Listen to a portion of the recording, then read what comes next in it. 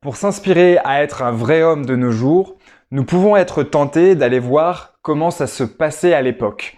Est-ce que nos ancêtres avaient de belles valeurs? C'est pour ça que je me suis questionné, est-ce que la virilité, comme on la retrouve en Grèce antique, est un modèle qui peut être inspirant de nos jours? C'est à cette question que je vais tâcher de répondre dans cette vidéo. À mes yeux, tout n'est pas si attirant que ça dans la virilité qu'on peut retrouver dans la Grèce antique.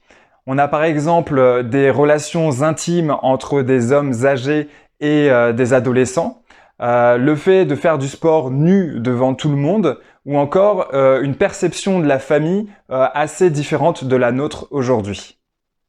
Avant de vous partager ces trois faits historiques, j'aimerais qu'on soit d'accord sur ce que représente la virilité à cette époque.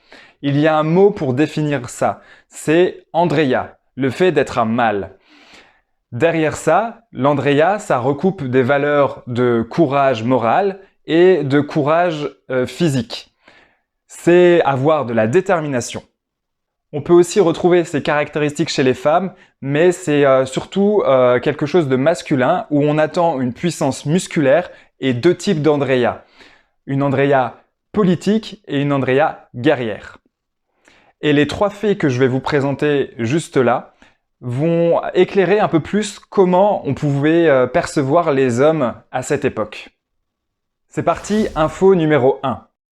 Les hommes les plus reconnus sont les guerriers et les sportifs. Et le sport est le moyen, en dehors de la guerre, de pouvoir montrer sa valeur.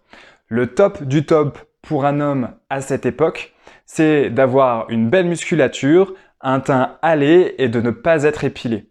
Avoir des signes qui s'éloignent un peu trop de la virilité est mal vu, comme s'épiler justement, porter des tissus qui sont trop fins ou avoir les cheveux longs aussi par exemple. À cette époque, la beauté physique est aussi gage d'une beauté morale et c'est suffisant pour assurer la réputation de l'homme. Je ne sais pas si c'est encore vraiment le cas aujourd'hui, mais il y a peut-être des parallèles qui sont possibles. En tout cas, les hommes qui sont beaux, participent, et qui font partie de l'élite, participent à des concours de beauté, des concours d'éloquence ou des concours sportifs. Et dans ces concours sportifs, c'est l'occasion de montrer sa force, sa musculature, mais aussi d'autres qualités, comme la beauté, le compagnonnage, l'esprit d'équipe ou encore le courage. Et pour les concours sportifs, la pratique habituelle est de concourir nu avec de l'huile sur le corps pour bien faire ressortir le teint hâlé et la musculature.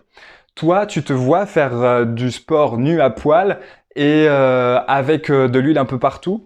De mon côté, ça m'a un peu surpris quand j'ai découvert ça et surtout, c'est un truc que je me vois absolument pas faire. Après, c'est une question de point de vue. Mais derrière, ce qui me dérange le plus, derrière ce fait historique, c'est sur la question de la diversité des corps, des représentations de... Il n'existe là qu'une représentation d'un corps parfait, alors que les hommes ont des corps tout à fait différents qui pourraient être valorisés. Ce que je veux dire par là, c'est qu'un seul modèle n'est pas suffisant pour représenter toute la diversité des corps. Et petite info en bonus, à cette époque, avoir une grosse verge était mal vu et avoir un petit zizi était plutôt signe d'une bonne éducation. C'est pour ça que les statues grecques à cette époque sont représentées avec un petit sexe et derrière, c'est le signe de quelque chose qui est valorisé à cette époque. Et à ce moment-là, pas de recherche d'en avoir la plus grosse pour séduire sa dulcinée. C'est avec cette info que je vais passer à l'info suivante. Je trouvais ça intéressant de partager dans cette vidéo que la relation familiale et de couple était différente à cette époque. Être en relation avec une femme n'avait pour but seulement que d'avoir un héritier. Et le fait d'avoir une famille, pour l'homme, était seulement important pour avoir quelque chose à montrer à l'extérieur de sa réussite sociale et voilà, tout simplement. À Sparte, autre élément curieux, déjà d'une part le célibat était passible de condamnation et d'une autre part, si jamais un homme voyait chez un autre homme des caractéristiques de beauté ou de morale qui lui plaisaient, il pouvait lui demander de féconder sa femme pour avoir un héritier qui corresponde plus à ces normes-là. En ce qui concerne les relations entre les hommes les femmes peuvent être entreprenantes mais seulement à la condition que l'homme reprenne le dessus après, car c'est l'homme qui est le maître et qui est le maître de la femme. Et en ce qui concerne le plaisir et l'amour, tout ça se retrouve principalement hors mariage. Dans la famille, la posture de l'homme est assez réduite, car on exclut le fait qu'il soit un mari, on exclut le fait qu'il puisse être parent, et à cette époque, le principal point important pour un homme, c'est d'être un citoyen de la cité. Et en ce qui concerne l'éducation, le père ne va pas éduquer ses enfants. Peut-être qu'il va en effet les nourrir, leur apporter des conditions matérielles, mais ça c'est que au profit d'une reconnaissance sociale et d'un certain prestige. Par rapport à cette info, c'est un fonctionnement aujourd'hui que j'aurais du mal à m'y retrouver parce que j'ai besoin de liens, j'ai besoin de partage, j'ai besoin d'échanges avec ma famille. Et ce que j'ai envie de te demander, c'est et toi, dans ton rôle d'homme, dans ton rôle de père, dans ton rôle de mari ou de conjoint, qu'est-ce qui est important pour toi aujourd'hui? Même en ce qui concerne l'éducation, qui m'amène au fait numéro 3. À Athènes, on retrouve deux types d'écoles. Une première similaire à Sparte pour former des guerriers et une autre pour former à l'éloquence. Dans les deux cas, on est à apprendre à dominer soit par la force, soit par la parole. Dans les deux cas, les jeunes garçons suivent un rituel de passage à l'âge adulte, de passer de l'enfance à l'adolescence et à jeune adulte. Là, on y apprend à développer le courage, à développer le respect des lois et le respect des dieux. Pour ça, les jeunes sont envoyés à l'extérieur de la ville. Ils vont aller vivre dans une grotte et vivre ce qu'on appelle une citoyenneté inversée. Ils vivent exclus de la ville, dans une grotte et donc à l'écart de l'agora, le lieu de la politique. Dans cette grotte, ils y restent le jour et sortent que la nuit. Pour survivre, ils ont le droit à la tromperie et à d'autres choses malhonnêtes pour pouvoir se nourrir. Et lorsqu'il s'agit de chasser, ça va être de façon déloyale. Et surtout, le fait que je trouve le plus marquant dans le fait de vivre quelque chose d'inversé, c'est de vivre des relations intimes avec des hommes âgés pour vivre l'inversion sexuelle et que ce soit par une domination ou en étant travesti.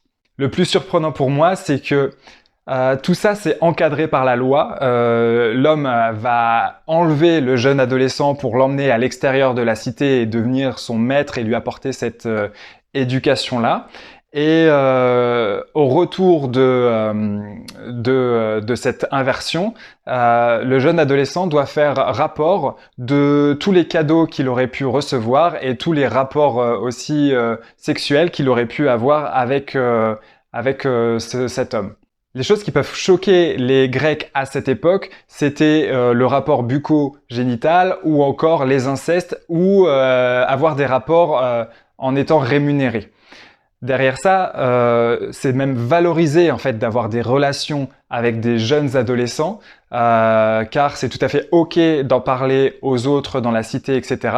Et il y a même de la compétition avec les guerriers et les sportifs qui sont dans l'élite pour avoir les adolescents qui sont les plus beaux ou les plus estimables. C'est donc un sacré chemin pour devenir un homme à cette époque et surtout aujourd'hui ça peut paraître totalement inadmissible. Mais quand je dis inadmissible, c'est pas le fait qu'il y ait des relations homosexuelles, mais bien le fait qu'il y ait des rapports entre des hommes plus âgés et des jeunes enfants. Et ce qui aujourd'hui est totalement inconcevable. C'est pour ça que je trouve ça important de se questionner sur les valeurs qu'on veut ramener de ces anciennes époques. Qu'est-ce qu'on veut conserver ou ne pas conserver? Qu'est-ce qui me convient et qu'est-ce qui ne me convient pas? Et si je me pose la question, je t'invite à te poser aussi cette question parce que ramener en fait des valeurs de domination, d'esprit de compétition, de courage, de force. Peut-être que ça peut avoir une utilité à un certain moment, mais conserver ça aujourd'hui, c'est à quel prix? Qu'est-ce qu'il en coûte de véhiculer ces valeurs plutôt que de la coopération ou d'autres valeurs? À toi de te poser la question et n'hésite pas à me partager ce que tu en penses en commentaire.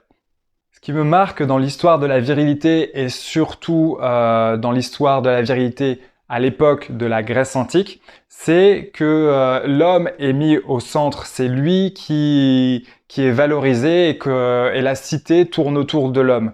Et il domine sur les femmes, il domine sur les enfants, il domine sur les étrangers.